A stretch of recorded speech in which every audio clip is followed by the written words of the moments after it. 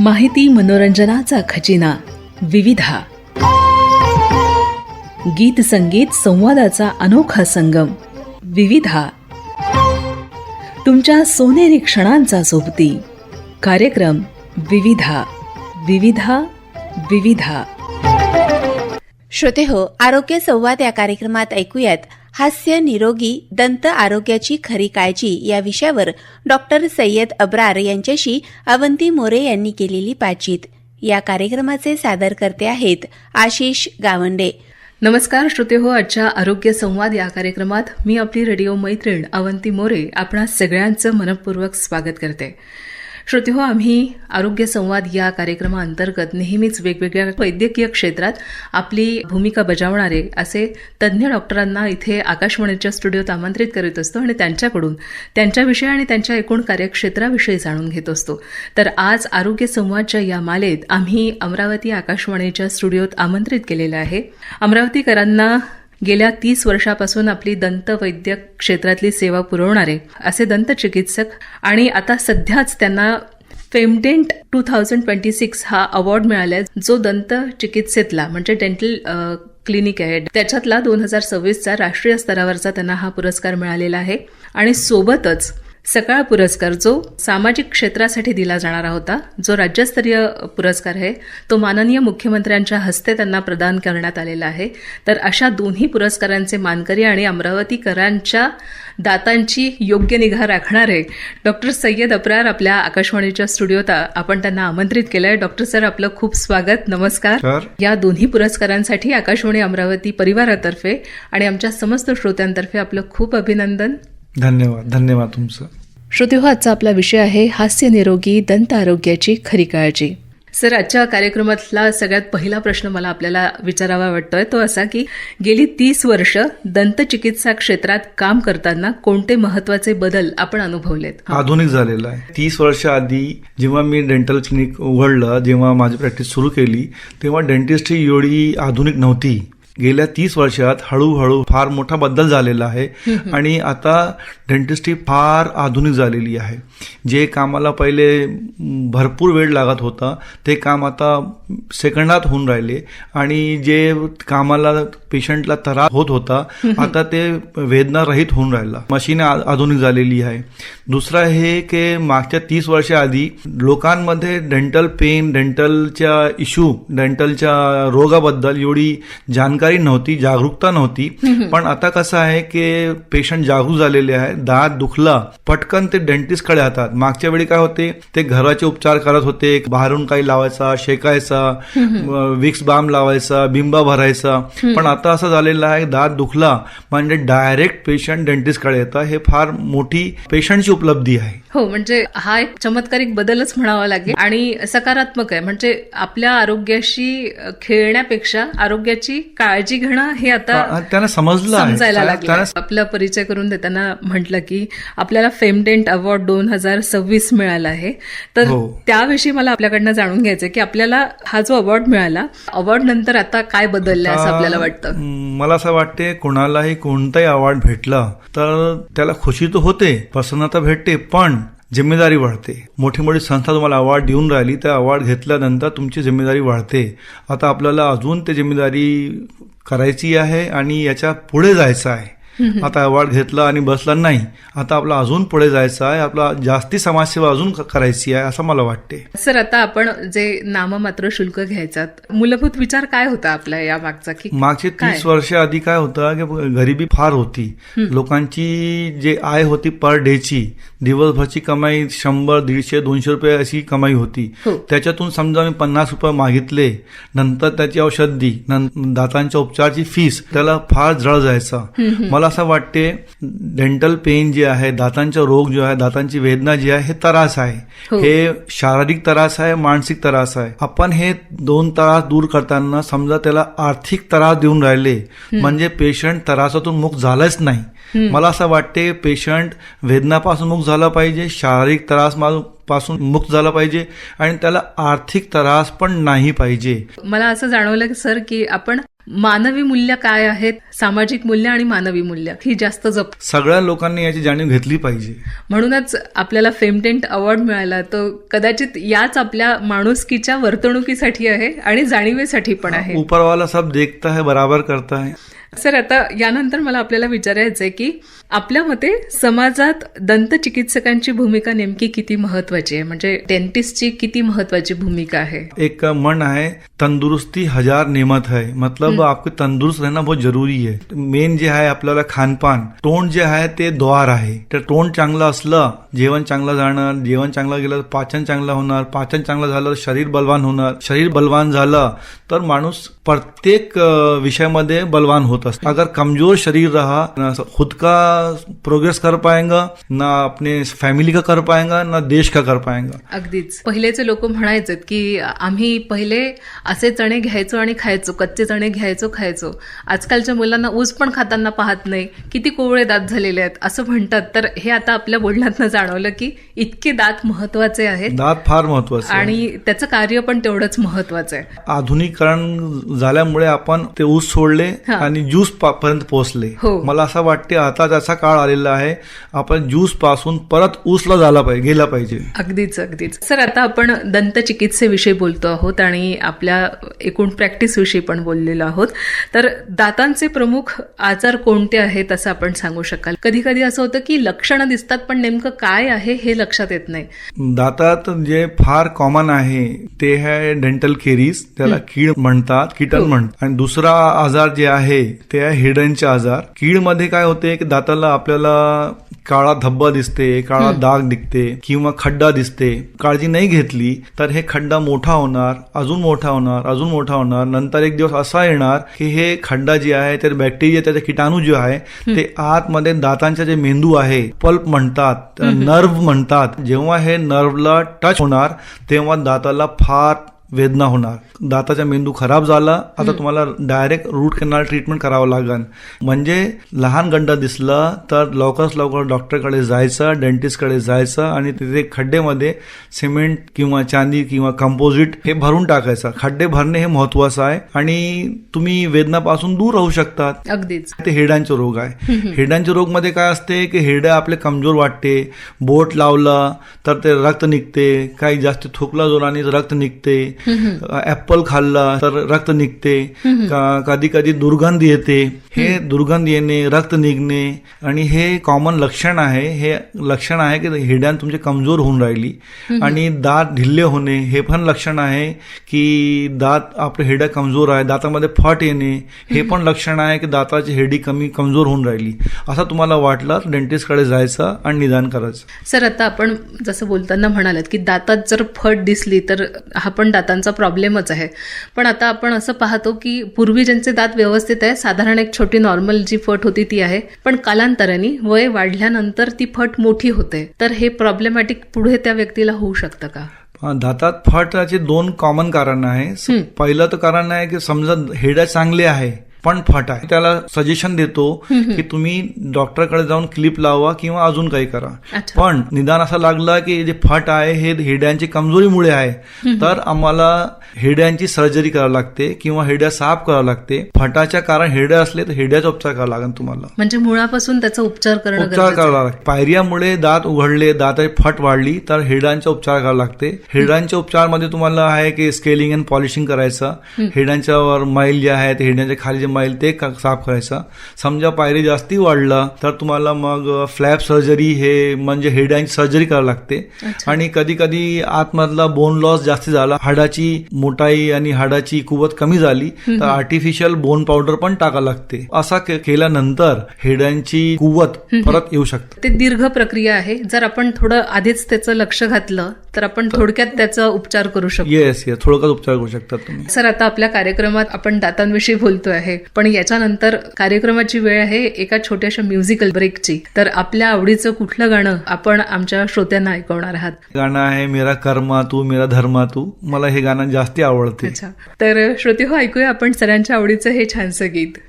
या छानशा गाण्यानंतर परत एकदा श्रोतेहो, आपलं आरोग्य संवाद या कार्यक्रमात खूप स्वागत. आणि आज आपण आरोग्य संवाद या कार्यक्रमात आमंत्रित केलेल्या आकाशवाणीच्या स्टुडिओत डॉक्टर सय्यद अब्रार सरांना. श्रोतेहो, आजचा आपला विषय आहे हास्य निरोगी दंत आरोग्याची खरी काळजी. सर, आता मला पुढे आपल्याला विचारायचं आहे ते म्हणजे की दात किडतात तर याच्या मागचं मुख्य कारण काय? त्रास होतो आहे, पेशंट येतो तो म्हणतो की मी तर गोड खातच नाही पण तरी माझे दात किडले, तर याचं कारण काय?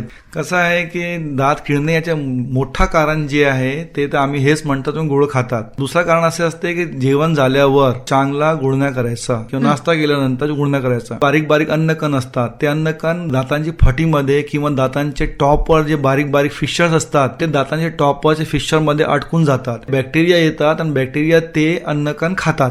ते अन्नकण खाल्यानंतर ऍसिडच्या प्रोडक्शन होतं, ऍसिड फॉर्म होते, रिलीज होते.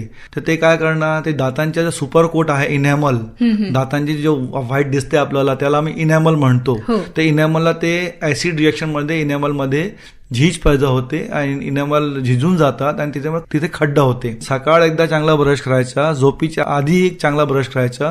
कारण कसा डिनर घेतल्यानंतर रात्रीचं भोजन झाला, ते भोजन नंतर आपण लगेच झोपले तर काय होणार, अन्नकण तिथे फसले राहणार आणि ते रात्रभर किटाणू बसणार आणि दाताला हानी पोहोचणार. सर, आता आपण म्हणाला दाताची निगा राखायची असेल, कीड थांबवायची असेल तर आपण जे पण खाता त्याच्यानंतर तुम्ही गुळण्या करून ते टाकून द्यायचंय. आणि रोजच्या ह्याच्यात आपल्या दैनंदिनीमध्ये 2दा ब्रश करणं आवश्यक आहे. सकाळी आपण करतो तसं आणि रात्री झोपण्यापूर्वी, म्हणजे काही त्याच्यात राहणार नाही. पण सर, असं म्हटलं जातं की ब्रश पण तुम्ही कसा केला पाहिजे हे तुम्हाला माहिती पाहिजे. कारण ब्रश करणं म्हणजे बरेचदा असं असतं की लहान मुलांना पेस्टची चव आवडते म्हणून जास्त पेस्ट घेऊन जातात. मोठ्यांना असं होतं की ब्रश आहे तर चांगलं घासू दे, म्हणजे रक्त निघेतपर्यंत घासल्या जातात. जुन्या काळात आपल्याकडे एक फेमस होता, दात घासला का रे बाबा.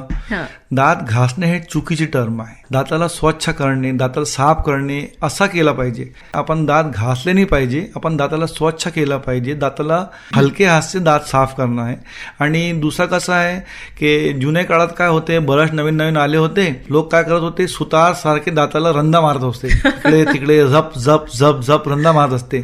दाताला घासायचा नाही, रंदा मारायचा नाही, दात स्वच्छ करायचे आपल्याला. आणि ब्रशचं जे सिलेक्शन आहे अगदी सॉफ्ट किंवा सुपर सॉफ्ट पाहिजे. आराम हलक्या हाताने ब्रश केला पाहिजे. आणि ब्रशची जी टेक्निक आहे, समोरचे दात जे आहे त्याला अप अँड डाऊन ब्रश करायचा आणि मागचे दात जे आहे ते अप अँड डाऊन आणि राऊंड. महत्वाचं हेच आहे की ब्रश पद्धत चांगली पाहिजे आणि ब्रशचं सिलेक्शन चांगला पाहिजे. आणि दात घासणे हे टर्म आपल्या मेंदूत काढून टाकायचं, दात स्वच्छ करणे हे सांगायचं. सर, आता याला जोडूनच आणखी एक असा प्रश्न येतोय की आता इतके सगळे उत्पादनं आहेत, म्हणजे जाहिराती इतक्या येतात, सगळ्या पेस्टच्या येतात, दंतमंजनच्या येतात, तर मंजन करणं चांगलं की पेस्ट वापरणं चांगलं की दातूनच चांगलं? मागच्या जुन्या काळात दातून चांगली होते, पण मला असं वाटते की आपली फूड हॅबिट्स बदललेली आहे. आपला म्हणजे दाताचे साफ करण्याची पद्धत पण बदलली पाहिजे. सगळ्यात चांगली पद्धत हे आहे की पेस्ट घ्या आणि ब्रश घ्या. दातूनचा काळ गेला, ते फूड हॅबिट्स गेली, आता नवीन फूड हॅबिट्स आली आपली, नवीन सगळं आला. तर ब्रश पण नवीन पद्धतचे ब्रश आहे, ते सुपर सॉफ्ट ब्रश घ्यायचे, चांगला पेस्ट घ्यायचा. पेस्ट मध्ये पुष्कळ प्रकारचे पेस्ट आहे. वय आणि आपला प्रॉब्लेम याला समजून पेस्टचं सिलेक्शन केलं पाहिजे. मला असं वाटतं की आता आपण जेवढं सांगितलेलं आहे बातचीतीतनं आपल्या श्रोत्यांनाही कळलं असेल की दात घासायचे नाहीयेत, ते स्वच्छ करायचे. आणि सर, आता याला जोडून पुन्हा एक असा प्रश्न येतो की ग्रामीण भागात किंवा आता शहरी भागात पण जे जुने लोक आहेत ते कधी कधी असं म्हणतात की मला ना नशीनी दात घासल्याशिवाय किंवा तंबाखूचा पावडर, तर त्यांनी मला दात घासल्याशिवाय दात घासल्यासारखे वाटत नाहीत, स्वच्छ झाल्यासारखे वाटत नाही. ते हे कितपत योग्य आहे? हे फार चुकीची कल्पना आहे. नशीचा वापर जे आहे हे ॲडिक्शन आहे. आणि तंबाखू आणि तंबाखूचे पदार्थ जे आहे, खर्रा, गुटखा, पान, सुपारी आणि जे काही आहे व्यसन आहे ते फार हानिकारक आहे. याच्यामुळे कर्करोग होतात, कॅन्सर होतात. आणि मला असं वाटते आजच्या काळात जे आहे, जे तरुण मुले आहे आणि लोक आहे हे व्यसनमध्ये अटकलेले आहे. माझी अशी विनंती आहे, पान, तंबाखू, सिगरेट, बिडी, खर्रा, पुडी याच्यापासून दूर राहावे. कारण याच्यामुळे कर्करोग झाला, कॅन्सर झाला तर आपली जेवढी बचत आहे, आपली बँक बॅलन्स जे आहे ते खतम होते. आणि जे काही बँक बॅलन्स आपण आपल्या मुलांसाठी, आपली फॅमिलीसाठी ठेवलेली आहे ते एकदा संपली की आपली फॅमिली, आपले मुलाबाळा, आपली वाईफ हे सगळे रोडवर येतात. आपल्या शौकाची भरपाई त्यांना करावी लागते. व्यसन म्हणजे तोंडात घेऊन खाणं नाहीये, तर हे नसीनी दात घासणं असेल किंवा तंबाखूनी दात घासणं पण तेवढंच घातक आहे घातक आहे, आणि चुकीचं आहे. चुकीचं आहे, फार चुकीचं आहे. सर, आता पुन्हा या वळणावर वेळ झाली आहे आपल्या आवडीचं गाणं ऐकण्याची, तर आता कुठलं आपण गाणं सुचवाल? जे मला जास्ती आवडते ते मैं भारत का रहने वाला हूँ. ये फिल्म है पूरब और पश्चिम, बहुत अच्छा गाना है. चला तर श्रोतेहो, ऐकूया सरांच्या आवडीचं हे छानसं देशभक्तीपर गीत. श्रोतेहो, या गाण्यानंतर परत एकदा आपला आरोग्य संवाद या कार्यक्रमात खूप स्वागत. आणि आज आपण दंतचिकित्सेविषयी म्हणजे दातांची निगा कशी राखायची त्याच्याविषयी सविस्तर बातचीत करण्यासाठी आकाशवाणी अमरावतीच्या स्टुडिओत आज आमंत्रित केलं आहे डॉक्टर अब्रार सरांना. सर गेल्या 30 वर्षांपासून अमरावतीकरांना दंतचिकित्सेत सेवा देत आहेत. श्रोतेहो, आजचा आपला विषय आहे हास्य निरोगी दंत आरोग्याची खरी काळजी. सर, आता यानंतर मला आपल्याला विचारायचं आहे की डेंटल फिलिंग म्हणजे काय आणि ते कधी आवश्यक ठरतं?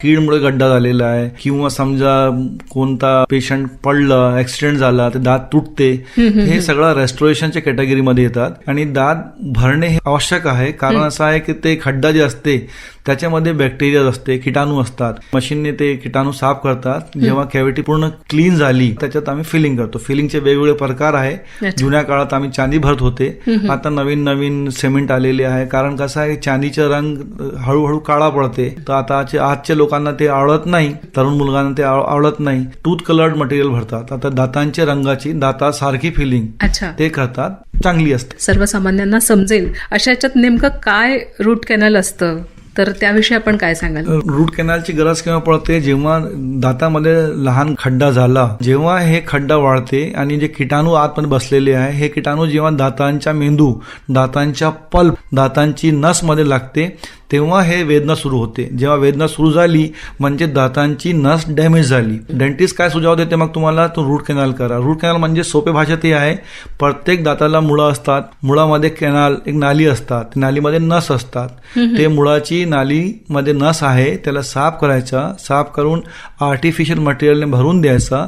ते भरल्यानंतर दातावर कॅप लावून द्यायचा, त्याला आपण रूट कॅनल म्हणतात. अच्छा सर, आता असं होतं बरेचदा की दात किडतात आणि दुखतात. कधी असं होतं की डॉक्टरांकडे गेल्यावर ते म्हणतात की तुम्हाला दात काढावा लागेल कारण हा आतून खराब झालेला आहे. कधी असं होतं की मला अक्कलदाढ आली पण ती तिरपी आली, तर त्यांनी सांगितलं की ती काढावी लागते. तर दात काढण्याची वेळ कधी येते? म्हणजे एरवी तर सगळे दात काढतच असतात. प्रश्न बरोबर आहे. पहिला तुमचा प्रश्न होता अक्कलदाढाचा. अक्कलदाढ समजा बरोबर आलेली आहे, व्हर्टिकल आहे, बरोबर त्याला जागा भेटलेली आहे, त्याच्यावर फक्त सॉफ्ट टिश्यू फ्लॅप आलेला आहे, चमडी आलेली आहे, तो डेंटिस्ट त्याचा उपचार करू शकतात. आणि ते उपचारांनी 50% ऑफ द टाइम हे करेक्ट होऊ शकते. समजा तिरपी आलेली आहे, बाजू दाताला धोका आहे, वेदना होऊन राहिली, तर आमची एक ठाम सल्ला असते, दात काढून मोकळे व्हा. दुसरा असा आहे की जो बाकीचे दात जे आहे ते दात दुखले तर आमच्याकडे 2-3 उपाय, कॉमन उपाय आहे. लहान खड्डा आहे त्याला फिलिंग करून टाका. खड्डा जास्ती मोठा आहे तर रूट कॅनल ट्रीटमेंट करून टाका. अजून त्याला समजा दाताच्या खाली काही पस पसरलेलं आहे, हाडामध्ये ते ट्रान्सफर झालेलं आहे, तर आपल्याकडे अपायकल सर्जरी असतात, ते सर्जरी पण आपण करू शकतात. आजच्या काळात दात काढण्याचे प्रमाण फार कमी झालेलं आहे. डेंटिस्टची हे कोशिश असतात दात वाचलाच पाहिजे. आणि समजा जेव्हा आम्ही घुटणे टेकले तेव्हा आम्ही सल्ला देतो की दात काढा लागते आणि आम्हाला पण दात काढताना दुःख होते.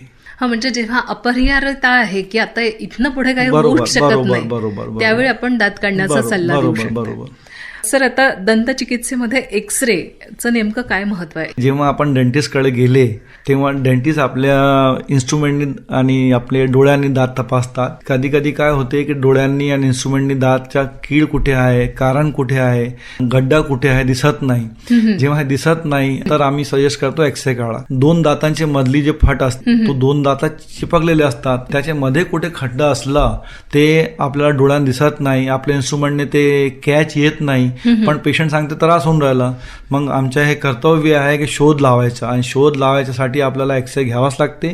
सर, आता याच याच्यात टर्म येते की CBCT स्कॅन करावं हे लागतं. तर हे नवीन काय नवीन आहे? नवीन प्रकारची मशीन आहे. साधा एक्सरे कसा आहे की 2 डायमेन्शनल थिंग आहे. दात जे आहे हे 3 डायमेन्शनल ऑब्जेक्ट आहे हा. आणि एक्सरे जे आहे 2 डायमेन्शनल आहे. Third dimension we can not see. तो थर्ड डायमेन्शन बघण्यासाठी आपल्याला नवीन एक्सरे आलेले आहे. हे एक्सरे आहे CBCT. अच्छा. यांना काय होते की everything we can see very clearly. Sir, आता यानंतर मला आपल्याला विचारायचं की हिरड्यांचे आजार ओळखण्यासाठी साधारण कोणती कोणती लक्षणं, म्हणजे आपण सर्वसामान्यरित्या आपण ओळखू शकतो की आपल्याला हिरड्यांशी संबंधित त्रास आहे, तर आता आपण जायला पाहिजे डॉक्टरांकडे, तर कुठले साधारण असे असू शकतात लक्षणं? हे 2 लक्षण फार कॉमन आहे.